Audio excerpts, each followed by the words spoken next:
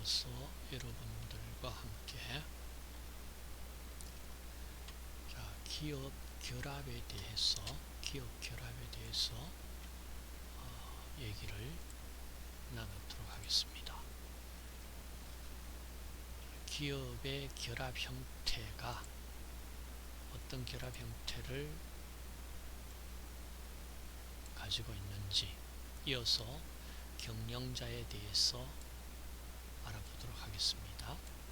경영자는 크게 소유 경영자와 고용 경영자, 전문 경영자로 나눌 수 있겠다. 이렇게 정의를 할 수 있겠습니다.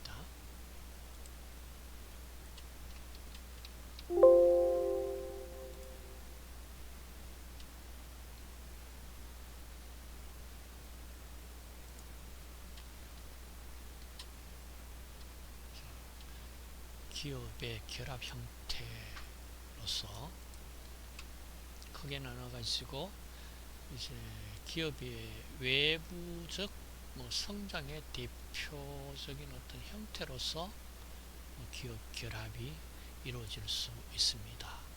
그러나 기업 결합으로 인해서 개별 기업의 어떤 경제적인 독립성은 소멸됩니다. 그리고 당연히 사업 활동에 관한 의사결정도 통합되어 버리니까요. 이 기업 간의 자본적 인적 조직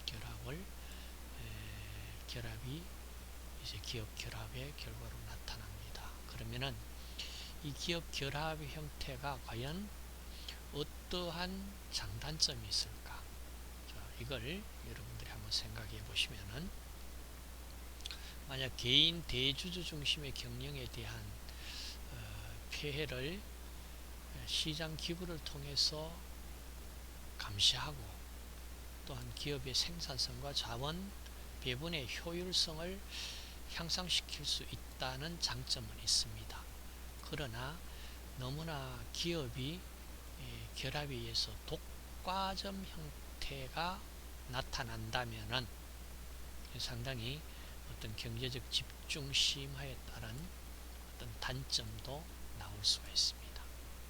그렇기 때문에 기업의 결합이 과연 장점만이 있는 것은 아니고 단점도 함께 나타날 수가 있다, 이렇게 생각하시면 되겠습니다. 기업의 거래관계에 따라서는 이와 같이 기업 결합으로 인해서 어떤 수평적인 거래관계에 동종 유사 상품을 공급하는 경쟁사 간의 어떤 수평적인 결합이 될 수도 있고, 아니면은 어떤 거래 단계에 따라서 기업과 기업 간의 어떤 수직적 결합이 일어날 수도 있습니다.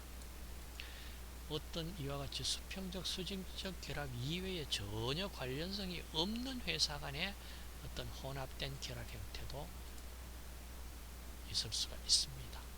그러나 각각의 장단점에 따라 가지고 어떤 결합이 좋은 결과를 나타낼지 당연히 한번 생각하면서 기업 결합이 이루어지면 좋을 것입니다. 기업 결합 강도 조직에 따라 가지고는요, 이 카르텔이라는 형성 결합 형태가 있습니다. 이거는 기업들이 법률적 경제적으로 다 독립성을 유지를 합니다. 그런데 특정 목적을 위해서 공동 보조를 취하는 형태입니다. 그러니까 어떻게 보면은 이 결합 형태는 약한 결합 형태입니다.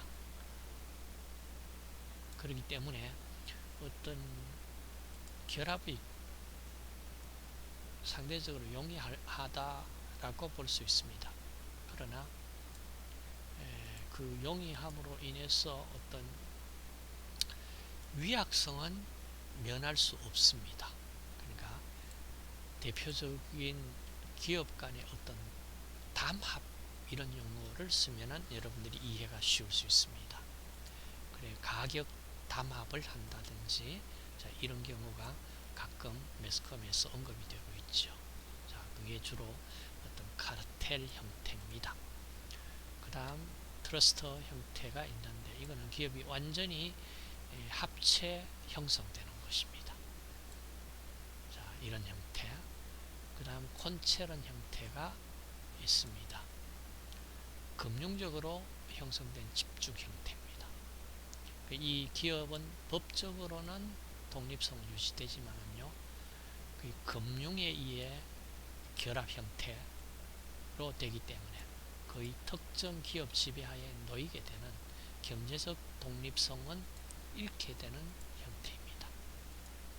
그 이외에 Q&D에 여러분들이 많이 들어보신 기업 인수 합병 M&A라고 Merge and Acquisition의 약자로 기업 인수 합병이라는 용어를 자주 보셨을 겁니다. 자, 기업 인수 합병이 합법적으로 가능한 것입니다. 자, 이 기업 인수 합병에 따라서 어떤 장단점이 있는지 여러분들이 한번 보시고 Q&D를 해보시면 좋겠습니다. 자, 이어서 이제 경영자에 대한 내용으로 설명을 하도록 하겠습니다.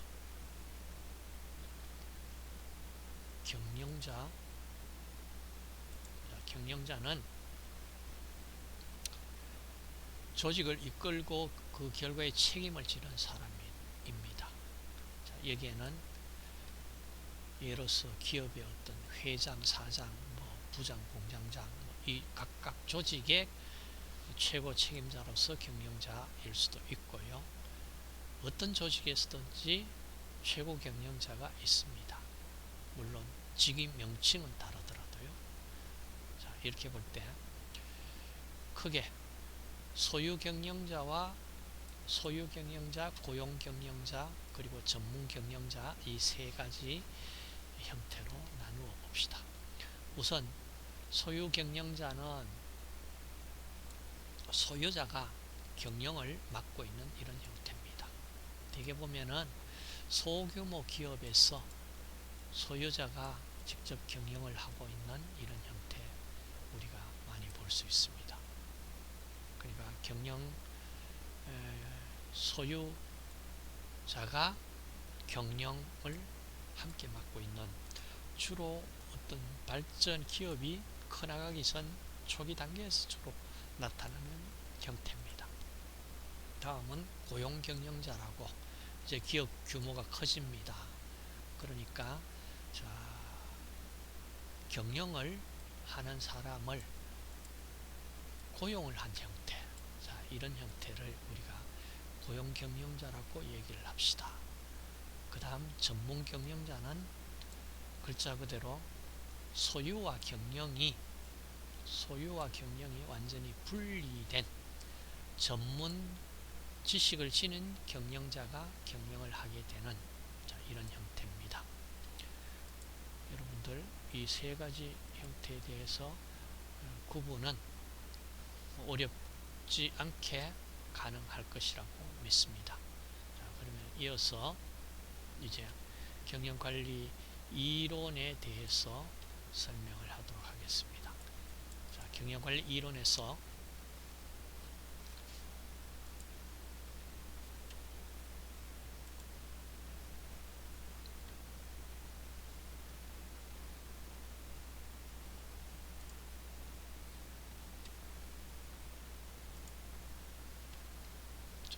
경영관리 이론에 보시면은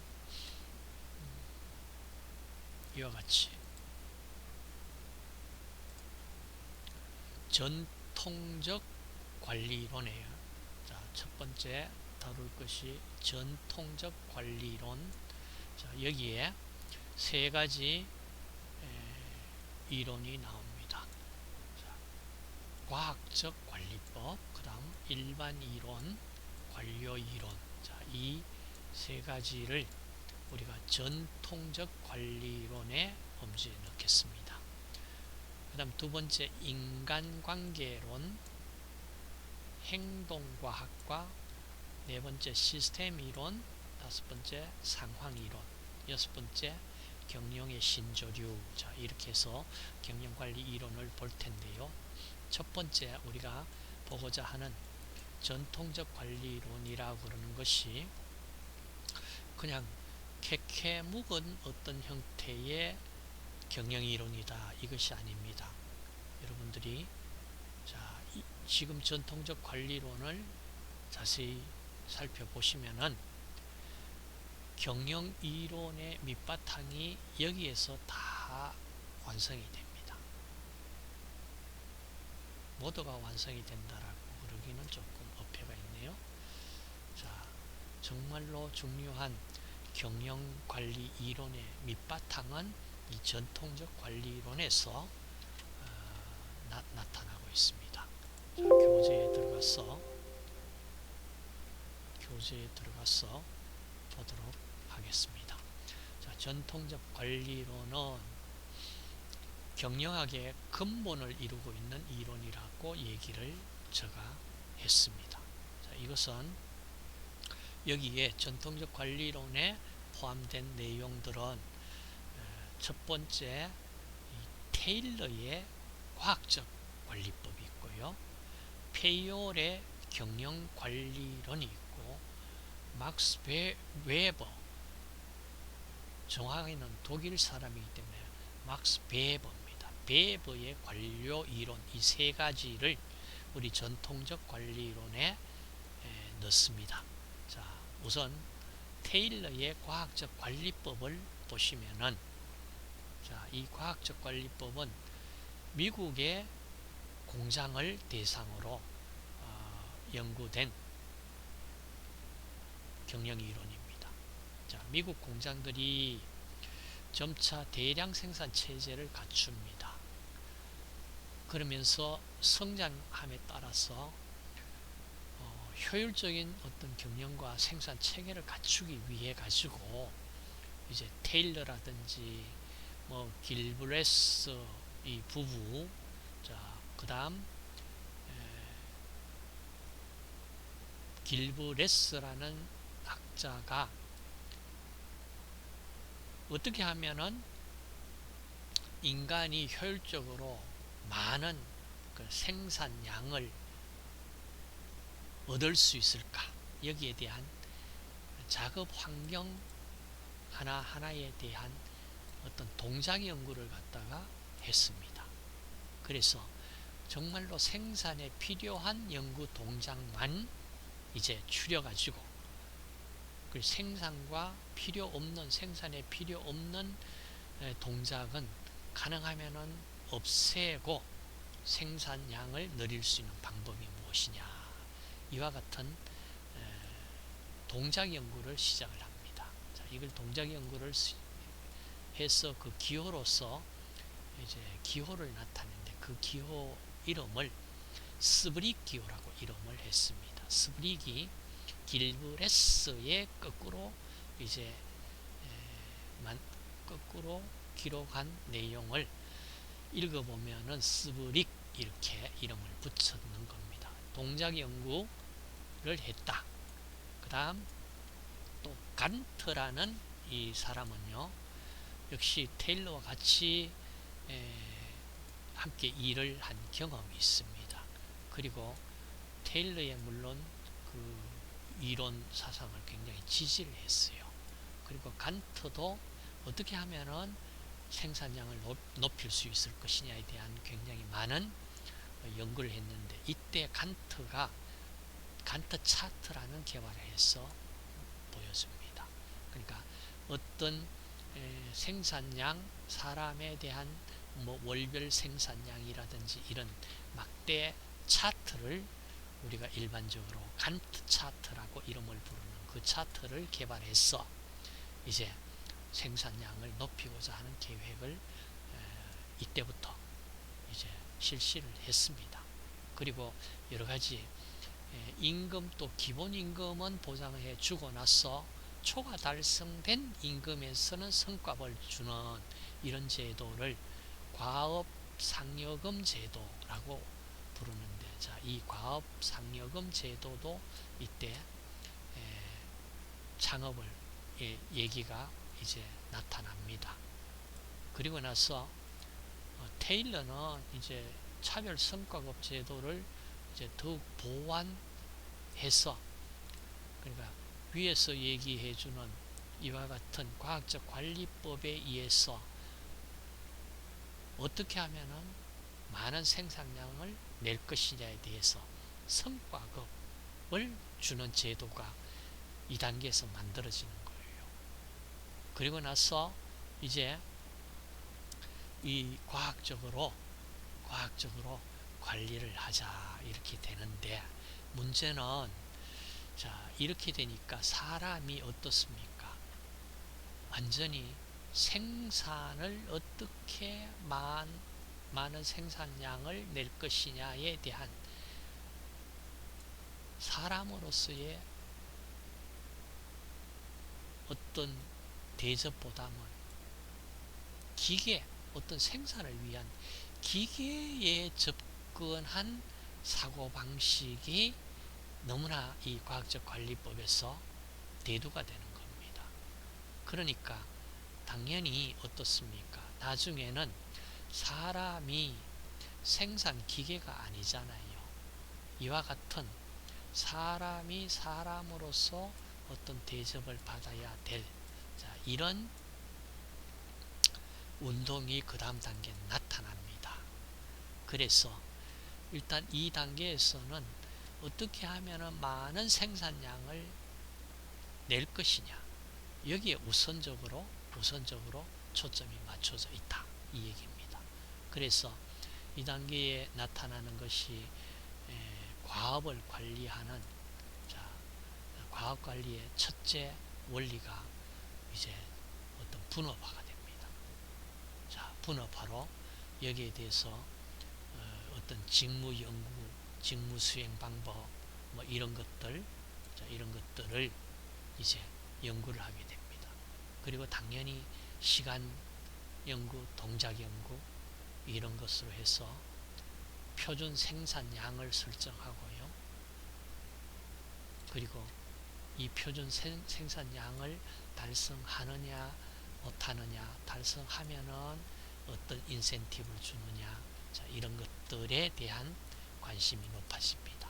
그리고 나서 이제 과학적으로 어떻게 선발하고 훈련을 할 것인가, 여기에 대한 내용으로 동작 연구가 이제 진행됩니다. 그리고 또 성과에 대한 보상도 여기에서 나옵니다. 성과에 대한 보상에서요, 근로자에게 지급하는 보상에 있어서 성과에 비례한 임금을 지불해야 한다는 이제 원칙입니다. 그래서 테일러는 근로자의 성과를 생산량으로 측정하고 이를 기준으로 성과급제를 주장합니다. 단순히 생산량에 정비례해서 지불하는 뭐 어떤 순수 성과급 제도보다는요, 그것이 아니고 일정한 생산할 수 있는 표준량을 설정합니다.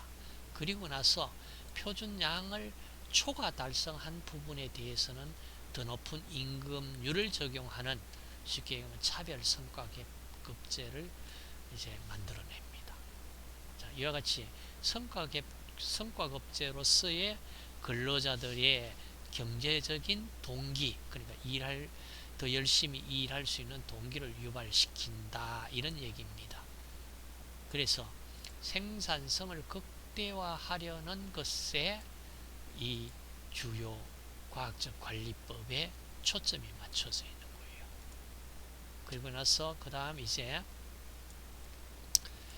노사 간에 문제가 발생된다면은 그 어떤 서로 화합관계 중요성이 이때 나타납니다. 이제 점차 사람이 생산 기계가 아니다는 얘기죠.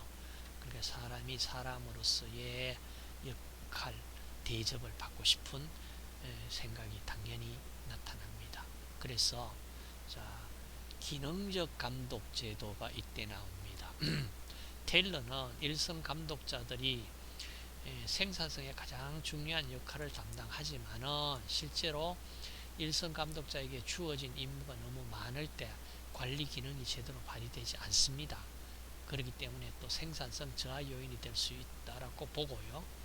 감독자 직무에도 이제 분업의 원리를 적용할 것을 제안을 합니다. 그러면은 자, 일선 감독자는 부하 근로자 생산을 지휘 감독하는데 치중하도록 하고, 그 다음 나머지 생산 계획이나 품질 점검, 근로자 훈련 이런 것들은 다른 전문적으로 취급하는 감독자들이 맡을 부분이다. 이 부분을 기능적 감독자 제도라고 제안을 합니다. 자, 이것이 벌써 어떻습니까? 그러니까 순수한 생산에 관련되는 감독자가 필요하고, 나머지 그 생산을 서포트 해줄 수 있는 이와 같은 어떤 품질 점검이라든지 근로자 훈련이라든지 생산 계획을 이런 것들 부분은 다른 어떤 전문적인 파트에서 서포트를 해주면 좋겠다 그러는 내용이 나옵니다.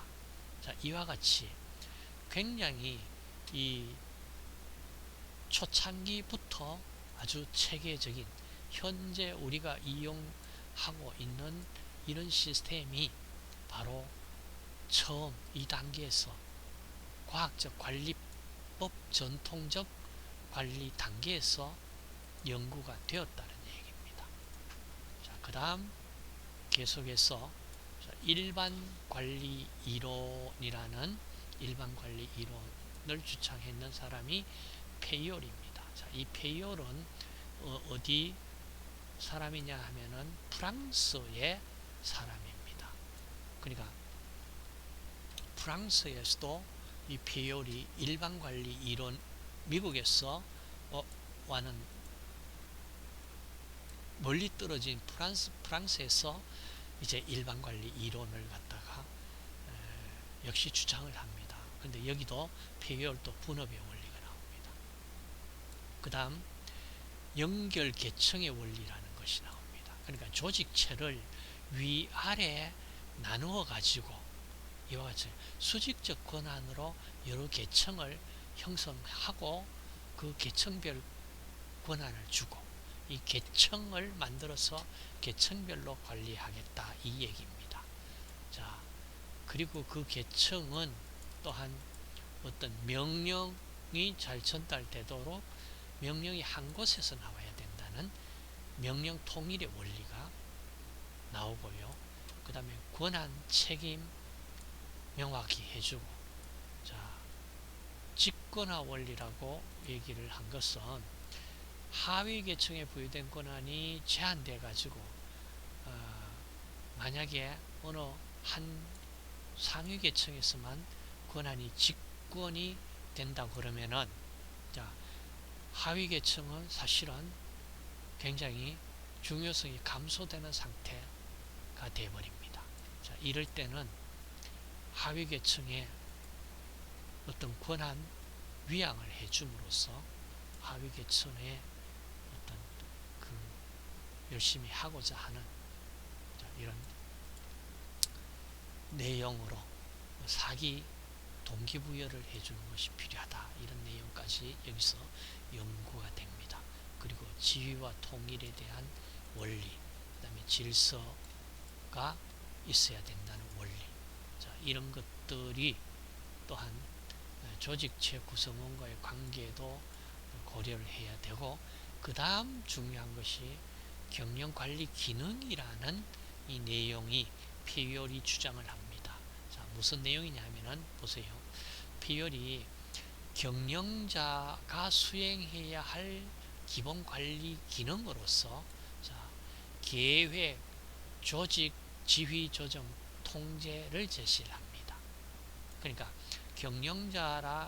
경영자층이 경영자가 수행해야 될 기본관리 기능이 계획, 조직, 지휘, 조정, 통제다라고 제시를 합니다. 이게 지금 우리가 지금 얘기하고 있는 경영이란 이것이다라고 제시한 내용이 바로 페이올이 주장한 이론을 바탕으로 하고 있는 것입니다. 그 다음 세 번째 이론이 관료 이론입니다. 자, 관료 그러는 관료 이론이, 자, 이 과학적 관리법과 경영 일반 이론, 그리고 지금 얘기하는 관료 이론, 이 세 가지 이론이 바로 우리가 고전 이론의 주축을 이루고 있다라고 서론에서 얘기를 했습니다. 이 관료 이론은요, 여러분들 보시면은 독일에서 이제 베버가 발표한 이론입니다. 그리고 나서 19세기 말경에 이게 발표됐는데요. 사실은 굉장히 시간이 지난 후에 한 1940년대 와서 이제 미국을 비롯한 다른 나라에 알려지게 됩니다. 자, 관료 이론에서 이론 크게 나누면은 이제 공식 조직, 특히 대부분 대규모 조직, 관료 이론 그러면 여러분들이 기억에 바로 떠오르는 어떤 생각이 무엇입니까? 자, 보시면은 아주 관료성 좋지 않은 느낌이 들 수도 있습니다. 대표적인 것이 공무원 조직이라고 보시면 됩니다. 자, 그런데 왜 관료 이론이 나쁘게만 생각되느냐? 여러분들 실제로 굉장히 내용을 듣다 보시면은 이론 자체는 좋아요. 그런데 이것이 너무 경직화된다면은 아주 유연성 있게 적용되어야 할 경우에 경직화된다는 이런 문제점이 발생되어서 항상 우리가 그 단점만을 부각하는 경우에는 나쁘게 들릴 수 있습니다. 그러나 한번 보시면은 자, 합법적인 직무 배정과 직무 수행이 되어야 된다 이 얘기입니다. 그러니까 조직 구성원들이요, 직무에 적합한 사람을 직무에 배정을 하고 그 직무를 수행해야 된다 이 얘기입니다. 분명히 여기는 또한 책임과 권한이 분명히 딱 명시되어 있습니다. 그런데 자, 그러면서 또 직무도요, 전문성과 능력에 의해서 직무를 감당해야 된다 이 얘기입니다. 그리고 또한 계층에 의해서 관리를 하는데 전문화된 직무가 여러 계층으로 구성해서 이 계층에 따른 권한 책임이 부여되므로 상하간 통솔 복종 관계가 성립되어야 한다는 대표적인 이 공무원 조직에 이제 저정이 되지요. 그리고 또한 규칙과 문서에 의해서 경영되어야 된다 얘기입니다. 그러니까 어떤 문서화되지 않은 내용이 없는 것은 임의로 자의적으로 하면 안 된다 얘기입니다. 그 다음 또 중요한 것이 경력은 철저히 보장되어야 한다는 얘기입니다. 자, 이 보장이 되지 않는다면은 보장하는 것보다 되지 않을 때 어떠한 장단점이 있을까? 자, 여기 보시면은 관료 이론의 장단점 이렇게 표현을 했습니다. 자, 관료제 조직은 전문화된 직무, 규칙에 따른 직무 기능, 그리고 명확한 권한, 계층에 따른 관리, 문서주의와 같은 특징이 있습니다. 자, 그러니까 분명히 이와 같은 어떤 권한 책임 분명하고 효율성 높인다는 점에는 굉장히 설득력이 있습니다.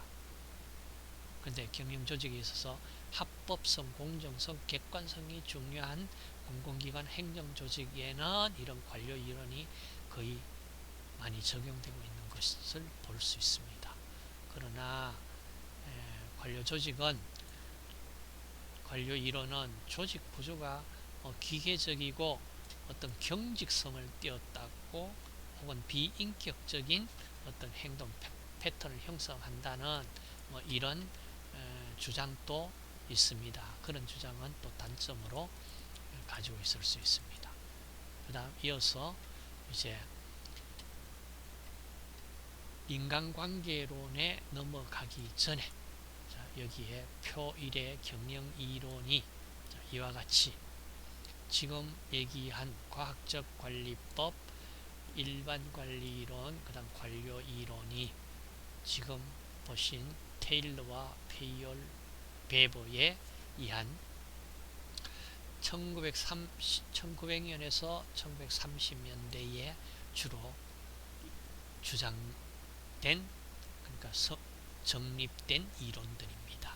보시면은 주장학자와 인간관에 대해서 그리고 관심 영역에 대해서 이제 요약표로 정리를 했습니다.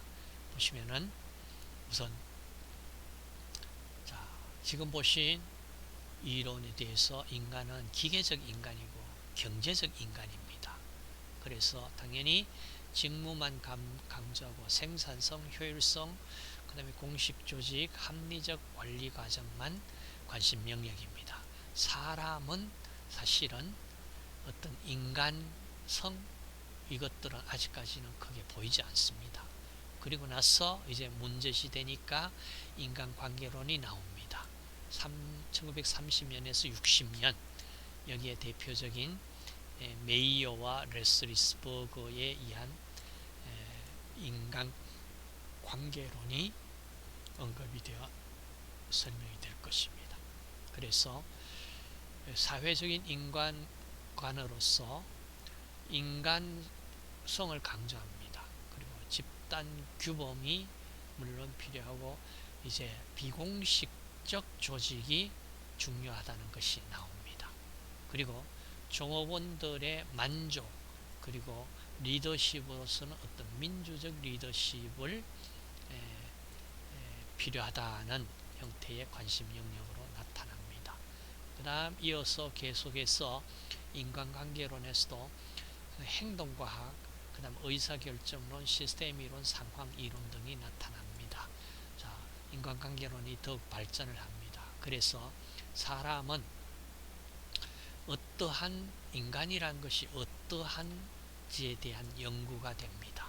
그래, 인간과 직무를 연구하고 그 다음에 의사결정, 그 다음에 상황 적합, 통합적 사고, 그 다음 리더십에는 상황 적합적 어떤 리더십 이런 것들이 나오고요. 그리고 나서 1970, 80년대 후기 상황 이론이 나옵니다. 그리고 1980년대 이후에는 신경영 이론들이 여러 가지가 나옵니다. 자, 그러면 이제 전체적인 경영 이론을 표 1에서 저희들이 한번 보았습니다. 그러면 이어서 인간관계론으로서 여러 가지 이론들이 나오는데 이제 사람이 사람 대접을 받았으면 좋겠다. 그리고 나서 행동과학 이론으로 여러 이론이 나오고요. 시스템 이론 나옵니다. 자, 그리고 상황 이론이 언급이 되는데 이 상황 이론은 다른 말로 상황 적합 이론이다 이렇게 부르기도 합니다.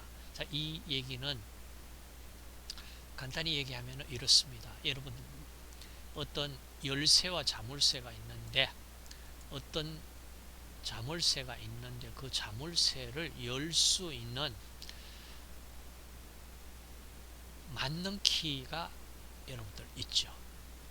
그 맞는 키를 가지고 모든 자물쇠를 다 열 수가 있지 않습니까? 그런데 맞는 키와 같은 경영 이론이 있는지 찾아봤습니다. 그러나 없다는 걸 얘기를 합니다. 그럼 맞는 키와 같은 키는 없고 상황에 따라서 거기에 맞는 경영 이론이 존재한다. 그러면은 어떤 때는 어떠한 경영 이론이 어떤 때는 그와 다른 때는 다른 경영 이론을 적용해야만 좋은 경영이 된다라고 이제 주장하는 이론입니다. 자, 그 이외에 이제 여러 가지 또 경영 이론들이 나옵니다. 글로벌 경영이라고 여러분 익히 많이 들어보셨을 겁니다. 그 다음에 정보 경영이라고 얘기합니다. 그 다음 지식 경영이라는 내용, 품질 경영이라는 내용. 자, 이런 경영 이외에도 지금은 환경 경영, 녹색 경영, 자, 이런 이론들도 나타나고 있습니다. 자, 이 이외에도 우리 식품 관련해서는 식품 안전이라고 하는 게 정말로 중요합니다. 식품 안전 경영 시스템이라는 경영 시스템도 있습니다. 그 다음 지속 가능 경영, 자, 이런 용어 많이 들어보셨죠. 그러니까 지속 가능하느냐 지속 가능하지 못하느냐, 기업이 망하느냐 망하지 않고 계속해서 살아남느냐. 자, 그 다음 에너지 경영 시스템이라는 또 경영 내용도 나옵니다. 자, 이와 같이 너무나 많은 여러 가지 경영 이론들이 나타납니다. 자, 이 경영 이론들이 어떤 것인지에 대해서는 여러분 책에서 언급이 된 내용을 한번 보시고, 그 다음 우리가 관심을 가졌는 기업체를 선정을 하고 나서 그 기업이 어떤 경영 시스템을 가지고 있는지를 우리가 찾아서 한번 과제를 수행하면서 경영 시스템에 대해서, 경영 이론에 대해서 더 심도 있게 공부를 하고자 합니다. 여러분들, 자, 그러면은 책 내용을 한번 읽어보시고 그 다음 우리가 진행을 하도록 하겠습니다. 그리고 이 지금 된 내용을 제가 요약을 한 부분을 또한 여러분에게 수업을 동영상으로서 여러분들에게 제공하고자 합니다. 자, 이것으로 오늘 이 시간 수업은